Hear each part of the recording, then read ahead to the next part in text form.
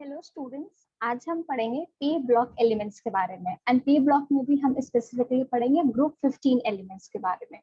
Group 15 elements को आपके nitrogen family भी कहा जाता है। नाउ लेट्स सी कि इस ग्रुप में कितने कौन कौन से एलिमेंट्स होते हैं। तो इसमें आपका होता है nitrogen, phosphorus, arsenic, antimony, bismuth and moscovium. ठीक है, तो अगर आपको ये याद होना चाहिए कि ग्रुप 15 में आपके कौन से एलिमेंट्स हैं, इसको याद करने के लिए आप एक ट्रिक भी यूज कर सकते हैं। You can say Nepal, Pakistan, Australia सब बेकार। ठीक है, एक बार फिर से रिपीट कीजिए।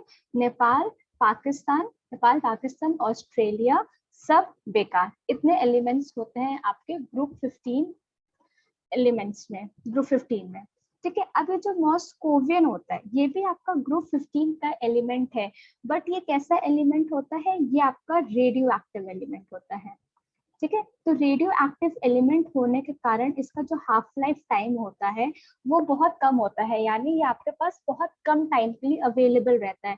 तो इतने शॉर्ट पीरियड होने के कारण, इसकी लाइफ इतनी शॉर्ट होने के कारण इसके ऊपर बहुत रिसर्च नहीं कर पाए साइंटिस्ट। इसलिए हम इसके बारे में, इसके ट्रेंड्स, इसकी केमिकल प्रॉपर्टीज बहुत कम पढ़ते हैं और जनरली हम 15 ग्रुप में इन सबको याद रखते हैं। Nitrogen, phosphorus, arsenic, antimony, bismuth. जिसको आप बोलोगे नेपाल, पाकिस्तान, ऑस्ट्रेलिया सब बेकार। इस ट्रिक से आप इसको याद कर सकते हो।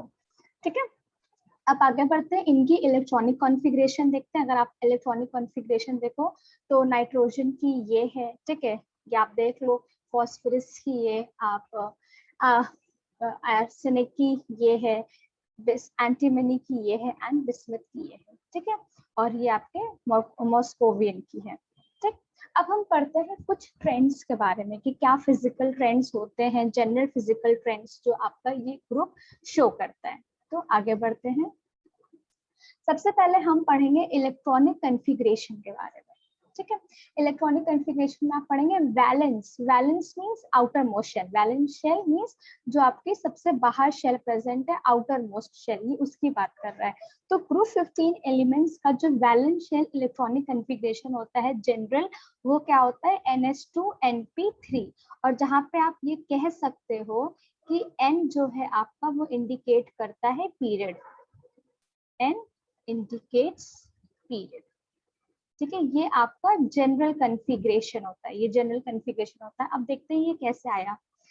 अगर हमने बोला, आप फिर से एक बार देखिए, वैलेंस यानी outer most. Valence means outer most की बात करें, आउटर मोस्ट शेल की बात करें, जो शेल आपका सबसे बाहर होगा। अगर आप यहाँ पे देखो तो ये है आपका आउटर मोस्ट शेल। ठीक है, जो क्या है, हम पहले लिख लेते हैं कि हमने जनरल क्या पढ़ा। जनरल हमने पढ़ा है NH2NP3। अब इसी से हम रिलेट करेंगे। तो नाइट्रोजन का जो है वो क्या है, 2S2 2P3, हाँ इसकी तरह हो रहा है। ठीक, अगर आप फॉस्फोरस की बात करो तो फॉस्फोरस में भी ये है, ठीक है, 3S2 3P। और अगर आप पीरियड की बात करो तो ये सेकंड पीरियड होता है, ये थर्ड पीरियड होता है, ये फोर्थ पीरियड होता है, ये फिफ्थ पीरियड होता है, ये सिक्स्थ पीरियड होता है, ये सेवेंथ पीरियड होता है। ठीक है, ये भी आपका सही है। अगर आप आर्सेनिक की बात करो, अब यहाँ पे डाउट आ सकता है कि आर्सेनिक में तो इतने सारे, हम किसको कंसिडर करें। तो हम फिर से बता रहे हैं, वैलेंस मींस आउटर मोस्ट। ठीक है, अगर आप यहाँ पे देखो तो आपके पास एक 3 है, 3 शेल है। ठीक है, 3 शेल है, N=3 है और N=4 है। तो आप अगर देखोगे तो इन दोनों में, ठीक है, इन दोनों में अगर आप देखोगे तो 3 और 4 में, तो जो आपका फोर्थ शेल होगा, जैसे मान लीजिए ये है, ये आपका N=1 है। ठीक है, N=2 है, फिर ऐसे आपने N=3 बनाया और फिर N=4 बनाया। तो ये जो आपका ये फोर्थ वाला है N=4, ये आपकी आउटर मोस्ट शेल हो जाएगी। ठीक है, और ये S एंड P ये आपका सब शेल होगा। ठीक है, शेल आपके आउटर मोस्ट शेल का यहाँ पे क्या है, N=4 है, और S और P क्या है आपका, S और P आपका सब शेल है। ठीक, इसके बारे में हम किसी और क्लास में डिस्कशन करेंगे, अभी हम देखते हैं। तो यहाँ से हमने क्या पता किया कि इसका भी अगर हम आउटर शेल का कॉन्फ़िगरेशन देखें तो कितना है, 4S2 4P3। सिमिलरली इसमें भी सबसे आउटर मोस्ट कौन सा होगा, 5 होगा। इसमें भी ये 4 है, ठीक है, ये 5 है, ये 6 है, तो सबसे बाहर वाली शेल आपकी कौन सी हुई, 6 हुई। ठीक है, ये आपका है। और ये आपका 7। तो आप देखो सब में अगर आप देखो तो आपका जो वैलेंस शेल है वो क्या कंटेन कर रहा है, एस में, एस और एस सब शेल में 2 इलेक्ट्रॉन्स एंड पी में 3। ठीक है, तो इसलिए हम कहते हैं कि इसका जो जनरल कॉन्फ़िगरेशन होता है वो क्या होता है, जनरल वैलेंस कॉन्फ़िगरेशन जो होता है electronic general valence electronic configuration जो होता है वो NH2 NP3 होता है, जहाँ पे आपका N पीरियड है। जैसे कि अगर आप मान लो बिस्मथ की बात कर लो तो आप देख रहे हो कि जो बिस्मथ है आपका वो कौन से पीरियड का है, 6। तो आप लिख सकते हो 6s2 6p3। ठीक है, तो यहाँ से हमको ये क्लियर होगा कि कैसे हम वैलेंस ऑटोमोस्ट या वैलेंस शेल इलेक्ट्रॉनिक कॉन्फ़िगरेशन बताएं। ठीक, अब अगर हम दूसरी बात करें, दूसरे ट्रेंड पे आए तो वो होता है आपका एटॉमिक एंड आयनिक रेडियस। ठीक है, तो ये आप क्लास 10th में भी पढ़े होंगे और 11th में भी। तो जो आप जब डाउन द ग्रुप जाओगे, मान लीजिए ये है आपका ऐसे करके, ये फॉर एग्जाम्पल ये है आपका पीरियोडिक टेबल। ठीक है, इस पी ब्लॉक की हम बात कर रहे हैं। तो जब आप इसमें डाउन द ग्रुप जाते हो तो आपका जो एटॉमिक या आयनिक रेडियाई होता है वो इंक्रीज करता है। ठीक है, इंक्रीज क्यों करेगा, क्योंकि हमको पता है जैसे जैसे हम नीचे आते हैं, ठीक है, एडिशन ऑफ शेल्स होने लगता है, एडिशन ऑफ शेल होने लगता है। ठीक है, इसको आप देखिए फिर से यहाँ से समझ सकते हो। अगर आप इसी की बात करो तो देखो यहाँ पे सिर्फ एस था, ठीक है, 2 था शेल, यहाँ 3 है, यहाँ पे एक और शेल एडिशन हो गया, यहाँ पे एक और शेल हुआ, यहाँ पे 2 शेल हुए। ठीक है, तो ऐसे आप देख रहे हो कि एडिशन ऑफ शेल होते चले जाते हैं जब आप ग्रुप में नीचे आते हो। तो due to this addition of shell जो आपका साइज होता है वो इंक्रीज होता है। जैसे मान लीजिए अगर एक शेल है तो ऐसा साइज होगा। ठीक है, और अगर आपका 2 शेल है, एक ये और एक ये। ठीक है, अब ऐसे अगर हम 3 शेल बना दें, n equals to 1, n equals to 2 and n equals to 3। तो देखो आप यहाँ पे देख सकते हो कि जैसे जैसे आपका शेल हो, जैसे जैसे आपका शेल का एडिशन हो रहा है। ठीक है, इसकी अगर हम बात करें, इसको रब कर देते हैं। आपने यहाँ से देखा कि जैसे जैसे आपका शेल का एडिशन हो रहा है आपका एटॉमिक साइज क्या हो रहा है, एटॉमिक साइज इंक्रीज हो रहा है या एटॉमिक रेडियस इंक्रीज हो रहा है। ठीक है, तो यही रीजन है इंक्रीज। ठीक, यही रीजन है कि जब आप डाउन द ग्रुप आते हो ग्रुप 15 में तो आपका शेल्स इंक्रीशन होने लगता है और आपका जो एटॉमिक रेडियस या आयनिक रेडियस होता है वो इंक्रीज करता है। ठीक है, अगर हम और मोर प्रिसाइजली देखें तो जब आप यहाँ पे देखोगे तो आपको दिखेगा कि जब आप नाइट्रोजन से फॉस्फोरस आ रहे हो तो कंसिडरेबल इंक्रीज होता है, मतलब ऐसा इंक्रीज होता है जो आपको दिखाई पड़ेगा। बट जैसे जैसे आप आर्सेनिक, बिस्मथ और एंटीमनी की बात करोगे तो जो इंक्रीज होता है, इंक्रीज यहाँ पे भी होगा, एटॉमिक साइज यहाँ पे भी बढ़ेगा, एटॉमिक रेडियस यहाँ पे भी बढ़ेगा, एटॉमिक रेडियस आपका यहाँ पे भी बढ़ेगा। ठीक है, बट यहाँ पे चेंज ज्यादा होता है। और अगर आप यहाँ पे इनकी बात करोगे between your arsenic and antimony and bismuth, तो आपका जो चेंज होता है वो बहुत स्मॉल चेंज ऑब्जर्व किया जाता है। और ऐसा क्यों होता है, due to the presence of completely filled D और एफ ऑर्बिटल्स। और आप अगर फिर से देखो तो आप देख सकते हो कि यहाँ पे आपका डी, ठीक है, ये देखो आपका आर्सेनिक में भी डी आपका कंप्लीटली फिल है। ठीक है, डी में 10 और इलेक्ट्रॉन से कंप्लीटली फिल है, यहाँ पे भी आपका डी कंप्लीटली फिल है, यहाँ पे भी आपका एफ भी कंप्लीटली फिल है और डी भी कंप्लीटली फिल है। ठीक है, तो जब आप नीचे आते हो तो आप देखते हो कि चेंज अभी भी होगा, साइज इंक्रीज होगा बट स्मॉल इंक्रीज होता है। ठीक, क्यों होता है, क्योंकि जो आपके एफ और डी ऑर्बिटल्स होते हैं उनका वो कंप्लीटली फिल्ड होना होते हैं और उन्हीं के कारण आपका जो साइज का इंक्रीज है वो कंपेरेटिवली स्मॉल हो जाता है। ठीक है, चेंज ये आपने देखा, हमने क्या देखा, वैलेंस इलेक्ट्रॉनिक कॉन्फ़िगरेशन देखा और एटॉमिक एंड आयनिक रेडियाई देखा कि जब आप डाउन द ग्रुप आओगे तो वो इंक्रीज होगा। अब आगे बढ़ते हैं। अब यहाँ पे अगर हम बात करें तो हम आयनाइजेशन एंथैल्पी की बात करते हैं। क्या ट्रेंड है कि जब आप नीचे जाओगे तो आपका आयनाइजेशन एंथैल्पी क्या होगा, डिक्रीज होगा। ठीक है, आपने यहाँ पे देखा कि जब आप डाउन द ग्रुप जाओगे तो आपका डिक्रीज होगा आयनाइजेशन एंथैल्पी। ठीक है, अब इसको समझने के लिए पहले हम समझते हैं कि हमारा आयनाइजेशन एंथैल्पी क्या होता है। ठीक है, अगर आप यहाँ पे डेफिनेशन देखो जो मैंने लिख रखा है कि ionisation enthalpy is the energy required to remove the most loosely bound electron, most loosely bound electron. ठीक है, जो सबसे लूजली बाउंडेड होगा, यानी किसकी बात कर रहा है ये, सबसे लूजली कौन बाउंडेड होगा, जो न्यूक्लियस से सबसे दूर होगा, यानी ये आउटर मोस्ट इलेक्ट्रॉन या वैलेंस इलेक्ट्रॉन की बात कर रहा है। ठीक है, from the isolated neutral gaseous atom to produce cation।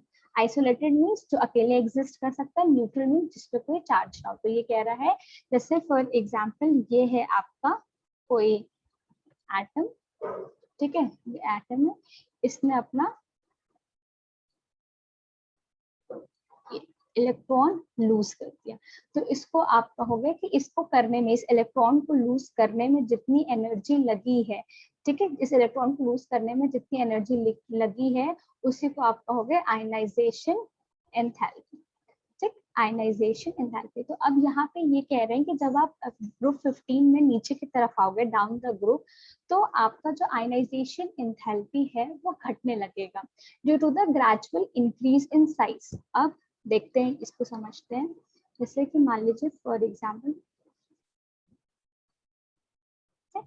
अगर हम बिस्मथ की बात कर लें और नाइट्रोजन की बात कर लें, यहाँ पे आप स्क्रीनिंग इफेक्ट का भी यूज कर सकते हो। स्क्रीनिंग इफेक्ट भी हमने पढ़ा रखा, आप वीडियो में जाके देख लेना कि जैसे जैसे आप नीचे आते हो, ठीक है, जैसे जैसे आप डाउन द ग्रुप आते हो तो आपका इफेक्टिव न्यूक्लियर चार्ज क्या होता है, वो बढ़ने लगता है, यानी स्क्रीनिंग इफेक्ट आपका या शील्डिंग इफेक्ट आपका बढ़ने लगता है। स्क्रीनिंग इफेक्ट आपका इंक्रीज होता है। अच्छा, स्क्रीनिंग इफेक्ट क्या होता है? स्क्रीनिंग इफेक्ट को हमने समझाया था, बट एक बार आपको फिर से समझाते हैं। जैसे कि मान लीजिए ये है, ठीक है, फॉर एग्जाम्पल जब हम लोग छोटे में, तो हमने देखा होगा कि सर्कस वर्कस जब इसे लगता था, तो फॉर एग्जाम्पल आप मान लीजिए अगर आप सर्कस देखने गए हो, ठीक है, यहाँ पे कोई सर्कस हो रहा है, ठीक, और यहाँ पे आप हो, ठीक है, ये वैलेंस इलेक्ट्रॉन आप हो, और यहाँ पे बहुत सारे लोग प्रेजेंट है, ठीक है, यहाँ पे अगर बहुत सारे लोग प्रेजेंट हो जाए, ठीक है, तो आपको ये चीज अच्छे से दिखाई नहीं पड़ेगा। होता है ना, ये हमने देखा है कि अगर स्टेज पे या किसी भी कॉन्सर्ट में जब हम जाते हैं तो हम देखते हैं कि अगर भीड़ आगे बहुत ज्यादा होने लगती है तो हमको चीजें अच्छे से क्लियरली इतनी दूर तक नहीं दिखाई पड़ता है, ठीक। तो अब इसी को कहता है शील्डिंग इफेक्ट, कि जैसे जैसे आपका इनर इलेक्ट्रॉन्स यहाँ पे ज्यादा आने लगेगा तो इस वैलेंस इलेक्ट्रॉन में, ठीक है, इस वैलेंस इलेक्ट्रॉन में और इस न्यूक्लियस में जो फोर्स ऑफ अट्रैक्शन है वो कम होने लगेगा। फोर्स ऑफ अट्रैक्शन डिक्रीजेस, ठीक है, फोर्स ऑफ अट्रैक्शन डिक्रीजेस। और इस फोर्स ऑफ अट्रैक्शन के घटने के कारण क्या होगा कि ये इलेक्ट्रॉन आप बहुत इजीली निकाल दोगे, ठीक है। तो सिमिलरली जब आप डाउन द ग्रुप आते हो तो क्या होता है कि आपका इंक्रीज होता है एटॉमिक साइज में, ठीक, यानी कि अगर इस नेपाल के नाइट्रोजन की बात करें, तो अगर मान लीजिए इसका जो इलेक्ट्रॉन निकलना है वो यहाँ पे है, और अगर हम बिस्मथ की बात करें तो वो इतनी दूर कहीं होगा, ठीक है। तो अब आप देखो इसके और इसके बीच का डिस्टेंस बढ़ गया है, तो इनका फोर्स ऑफ अट्रैक्शन ये न्यूक्लियस जो है इसका फोर्स ऑफ अट्रैक्शन कम लगा पाएगा और ये ज्यादा लगा पाएगा, यानी ये वाला न्यूक्लियस जो होगा इस इलेक्ट्रॉन को अच्छे से पुल करेगा अंदर की तरफ, बट ये अच्छे से पुल नहीं कर पाएगा, तो ये इलेक्ट्रॉन इजिली निकल जाएगा। तो इसलिए यहाँ पे हमको एनर्जी कम रिक्वायर्ड होगी, ठीक है, less energy required, less energy required होगी क्योंकि इनके बीच का फोर्स ही कम है, इनके बीच का पुल कम है, ठीक है। तो आप बहुत थोड़ी सी भी एनर्जी दोगे तो दिस इलेक्ट्रॉन विल लूज, तो यहाँ पे लेस एनर्जी रिक्वायर्ड है, इसलिए ये कह रहे हैं लेस एनर्जी रिक्वायर्ड मींस कि आपका एंथैल्पी जो है आयनाइजेशन एंथैल्पी भी आपका लेस है या लो आप कह सकते हो, ठीक है। तो यहाँ से हम देखते हैं कि जैसे जैसे हम नीचे आते हैं हमारा साइज इंक्रीज होता है, साइज इंक्रीज होने के कारण हमारा जो आयनाइजेशन एंथैल्पी है वो भी घटता है डाउन द ग्रुप, ठीक। अब देखते हैं हम नेक्स्ट ट्रेंड किसके बारे में हमें पढ़ना है। अब हमें इलेक्ट्रोनेगेटिविटी के बारे में पढ़ना है, ठीक। सबसे पहले देखते हैं कि इसका क्या ट्रेंड होता है। तो जो इलेक्ट्रोनेगेटिविटी होती है वो आपकी घटती है, electronegativity down the group decrease होगी, ओके, इलेक्ट्रोनेगेटिविटी घटती है। अब देखते हैं इलेक्ट्रोनेगेटिविटी क्या होता है। तो electronegativity is the measure of atoms ability to attract shared electron towards itself. अब इसको समझते हैं। मान लीजिए आपके पास ऐसे करके एक मॉलिक्यूल है, ठीक है, ये इसके शेयर्ड इलेक्ट्रॉन है, ठीक। तो अब इसमें होता क्या है कि ए और बी में जो भी ज्यादा इलेक्ट्रोनेगेटिव होगा वो इस शेयर्ड इलेक्ट्रॉन को अपनी तरफ खींचने लगता है। फॉर एग्जाम्पल अगर हम मान लें यहाँ पे कि ए इज मोर इलेक्ट्रोनेगेटिव, इलेक्ट्रोनेगेटिव को आप ई एन भी लिख सकते हो, ठीक है, A is more electronegative than B, ठीक। अगर आपका ए ज्यादा इलेक्ट्रोनेगेटिव है तो क्या होगा कि ये अपने इसके शेयर्ड पेयर ऑफ इलेक्ट्रॉन को अपनी तरफ पुल करने लगेगा ऐसे, ठीक है, तो इसके कॉन्सिक्वेंस से जो आपका चेंज आएगा वो ऐसा कुछ दिखेगा कि सॉरी ये आपका मान लीजिए ए है और बी थोड़ा सा एस हो जाएगा। ठीक, यानी ये जो इलेक्ट्रॉन है ये जो अभी इक्वली शेयर्ड थे दोनों के बीच में, अभी किसकी तरफ रहेंगे, it is more towards a. ठीक है, तो ये आपका होता है इलेक्ट्रोनेगेटिविटी। आपने देखा कि कैसे ये इलेक्ट्रोनेगेटिविटी में क्या होता है कि जिसका भी इन दोनों में से जिसका ज्यादा इलेक्ट्रोनेगेटिविटी होगी वो इस शेयर्ड पेयर को अपनी तरफ खींच के रखेगा। तो यहाँ पे आप देखो कि जो शेयर्ड इलेक्ट्रॉन है वो किसकी तरफ है, shared electron is more towards A. Why? Because A is more electronegative. इसके कारण क्या होता है कि इसके ऊपर पार्शियल नेगेटिव चार्ज आ जाता है और इसके ऊपर पार्शियल पॉजिटिव चार्ज आ जाता है। ठीक है, तो ये होता है पूरा आपकी इलेक्ट्रोनेगेटिविटी। अब हमें यहाँ पे ट्रेंड समझना है कि क्यों ये ऐसा कह रहे हैं। आई होप ये आपको समझ में आ गया होगा। ठीक है, अब हमको यहाँ पे ये ट्रेंड समझना है कि क्यों ये ऐसा कह रहे हैं कि जब आप डाउन द ग्रुप जाते हो तो आपकी जो इलेक्ट्रोनेगेटिविटी है वो घटती है। तो इलेक्ट्रोनेगेटिविटी बेसिकली आपके दो चीज पे डिपेंड करेगा। ठीक है, एक आपका डिपेंड करेगा एटॉमिक साइज या रेडियस। ठीक है, इलेक्ट्रोनेगेटिविटी डिपेंड्स, पहला आपका एटॉमिक साइज पे डिपेंड करेगा, दूसरा आपका न्यूक्लियर चार्ज पे डिपेंड करेगा। ठीक है, न्यूक्लियर चार्ज। तो हम ये कह सकते हैं कि जैसे जैसे आपका साइज घटेगा, ठीक है, वैसे वैसे आपकी इलेक्ट्रोनेगेटिविटी बढ़ेगी। ठीक है, दिस मीन्स घटेगा, दिस मीन्स बढ़ेगा। तो यहाँ से हमने ये देखा, अगर हम इसको ऐसे कर लें, इस क्लाउड में इसको बंद कर लें, कि जैसे जैसे आपका साइज कम होगा, साइज छोटा होगा तो इलेक्ट्रोनेगेटिविटी ज्यादा होगी। तो इस तरह अगर हम देखें तो हम ये कह सकते हैं कि जब हम पीरियड में जाते हैं, ठीक है, अक्रॉस द पीरियड, अगर हम अक्रॉस द पीरियड की बात करें, ये हमने पढ़ रखा है कि जब हम एक सॉरी फिर से बनाते हैं अजीब था। ठीक है, अगर हम मान लीजिए अक्रॉस द पीरियड बात करें, यानी from left to right, across the period, ठीक है, from left to right, left to right, तो हम क्या ऑब्जर्व करते हैं, हम सबसे पहले ये देखते हैं कि जैसे जैसे आप पीरियड में जाते हो तो आपका न्यूक्लियर चार्ज जो है वो बढ़ता है। ठीक है, न्यूक्लियर चार्ज आपका क्या होने लगता है, न्यूक्लियर चार्ज आपका इंक्रीज होने लगता है। न्यूक्लियर चार्ज के इंक्रीज होने के कारण क्या होता है कि शेल आपका कंपैरेटिवली छोटा होने लगता है, तो यानी जो आपकी साइज होती है वो डिक्रीज करने लगती है, एटॉमिक साइज होती है वो डिक्रीज करने लगती है। तो जैसे ही आपकी साइज डिक्रीज की, यानी आपका इलेक्ट्रोनेगेटिविटी क्या होगा, बढ़ेगा। तो आपका इलेक्ट्रोनेगेटिविटी क्या हो जाता है, इंक्रीजेस। ये हमने कहाँ देखा, ये जब हम पीरियड में जाते हैं। अगर मान लीजिए हम ग्रुप की बात करते हैं, डाउन द ग्रुप,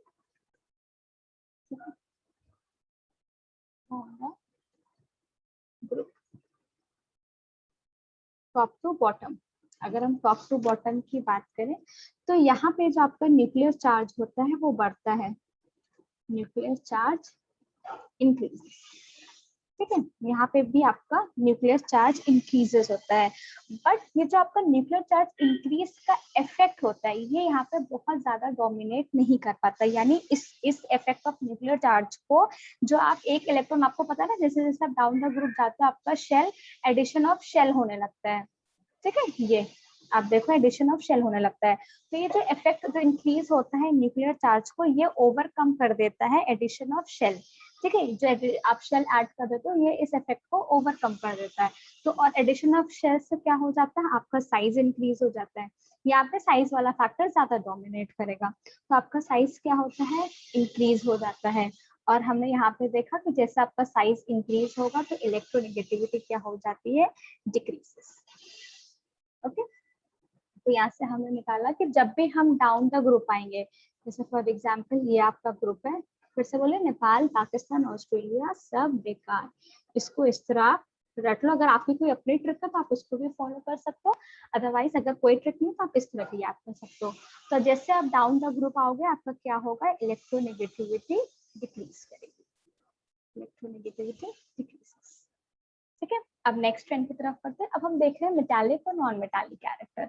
तो जब आप इसको ग्रुप को देखोगे तो नाइट्रोजन और फॉस्फोरस आपका नॉन मेटल होता है, arsenic and bismuth arsenic and antimony आपका मेटलॉइड होता है, एंड बिस्मथ एंड मॉस्कोवियन आपका मेटल होता है। तो यहाँ से आप देख सकते हो कि जैसे जैसे आप ऊपर से नीचे आओगे आपका जो मेटालिक कैरेक्टर होगा, ओके, मेटालिक कैरेक्टर आपका बढ़ेगा, और जैसे आप वापस जाने लग जाओगे यानी top to bottom to top जाओगे तो आपका नॉन मेटालिक कैरेक्टर इंक्रीज करेगा। वो आप यहाँ से देख रहे हो कि ये दोनों नॉन मेटल है, तो जब आप ऊपर की तरफ देख आओगे तो नॉन मेटालिक कैरेक्टर इंक्रीज करेगा, और जब आप नीचे की तरफ आओगे तो मेटालिक कैरेक्टर इंक्रीज करेगा। ओके, अब हम बॉइलिंग पॉइंट और मेल्टिंग पॉइंट की बात कर लेते हैं। तो जो आपका ग्रुप होता है nitrogen, phosphorus, arsenic, antimony and bismuth, ठीक है, इसमें जो आपका बॉइलिंग पॉइंट होता है वो इंक्रीज होगा जब आप टॉप टू बॉटम आओगे। ठीक है, टॉप से बॉटम आप जाओगे तो जो आपका बॉइलिंग पॉइंट होगा वो इंक्रीज करेगा। ठीक, बट अगर आप मेल्टिंग पॉइंट की बात करो, ये जो वैल्यूज हमने लिखी है ये मेल्टिंग पॉइंट है आपके केल्विन में, तो आप अगर देखो तो पहले तो आपका मेल्टिंग पॉइंट बढ़ रहा है, दिख रहा है आपको, 63 था, 317 हो गया, 1089 हो गया। ठीक, बट उसके बाद क्या हो रहा है, ये डिक्रीज हो रहा है। तो मेल्टिंग बॉइलिंग पॉइंट आपका इंक्रीज करेगा टॉप टू बॉटम, वो सेम एक ही सेम ट्रेंड शो कर रहा है। बट अगर आप मेल्टिंग पॉइंट की बात करो तो आप यहाँ से देख सकते हो कि मेल्टिंग पॉइंट पहले आपका इंक्रीज करेगा टिल आर्सेनिक। ठीक है, आर्सेनिक तक ये इंक्रीज करेगा, फिर एंटीमनी और बिस्मथ में ये क्या करेगा, डिक्रीज करने लग जाएगा। ठीक है, तो ये यहाँ पे आपका ये मेल्टिंग पॉइंट थोड़ा अलग सा शो कर रहा है, बॉइलिंग पॉइंट तो सेम है, वो इंक्रीज करेगा, बट मेल्टिंग पॉइंट आपका आर्सेनिक तक इंक्रीज करेगा, उसके बाद ये डिक्रीज करने लग जाएगा। ओके, तो ये हमने पढ़ा ट्रेंड्स के बारे में, फिजिकल ट्रेंड्स के बारे में, कि आपका ग्रुप 15 कैसा कैसा फिजिकल ट्रेंड शो करता है। ठीक, अब अगर नेक्स्ट क्लास में हम पढ़ेंगे केमिकल ट्रेंड्स के बारे में, क्या उसकी केमिकल प्रॉपर्टीज होती है, कैसे सब डिफरेंट एलिमेंट्स अपना डिफरेंट केमिकल प्रोडक्ट बनाते हैं और उसकी क्या स्टेबिलिटी होती है। आज की क्लास में बस इतना ही। आई होप ये आपको समझ में आया होगा। अगर कोई भी डाउट हो तो आप मेरे को कमेंट सेक्शन में बताइए। Thank you so much for watching.